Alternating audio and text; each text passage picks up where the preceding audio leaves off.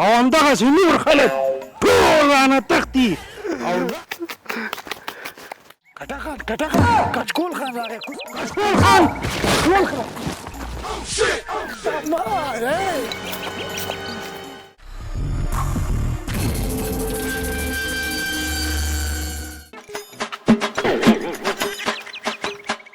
خان صاحب دا چې دی داسې دی لکه پاپي مالکور دي خامخا کښېونه وي پوه شو ما څنګه وکړو سره والکه تور سترګیا کور نه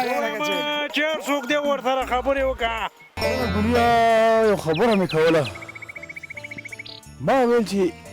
دا ضد او ضدبازي هېڅ په درد نه خوري خندا شیبې د اختر ځانګړې خپرونه د اختر په شپو ورځو کې